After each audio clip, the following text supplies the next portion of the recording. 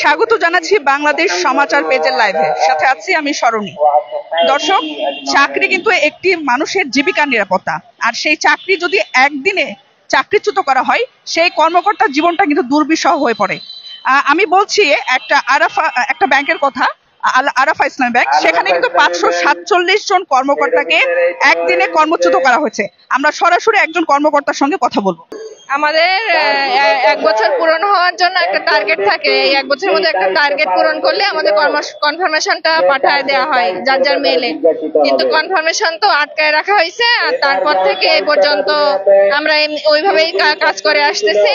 আর হঠাৎ করে আমাদেরকে 20 তারিখ জুলাইয়ের 20 তারিখে পারমিশন লেটার ধরে মেইলে পাঠানো হয়েছে।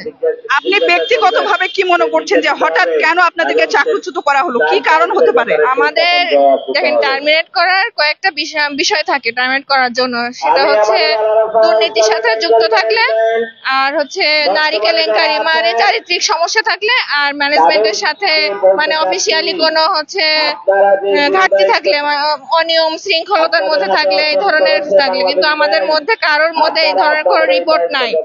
আর তাছাড়াও টার্মিনেট লেটার পাঠানোর আগে আমাদেরকে নোটিশ দেওয়া হয়, অনেকবার সতর্ক করা হয়, কিন্তু এই ধরনের কোনো নোটিশ ছাড়াই আমাদেরকে হঠাৎ করে সারাদিন 20 তারিখ কাজ করার পর সন্ধ্যা 6টার পরে আমাদেরকে যার যার মেইলে টার্মিনেশন লেটারটা হুট করে পাঠিয়ে দেওয়া হয়।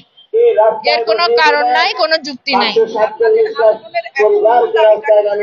আমাদের এখন একটাই দাবি, আমরা চাকরিতে পুনর্বহাল চাই।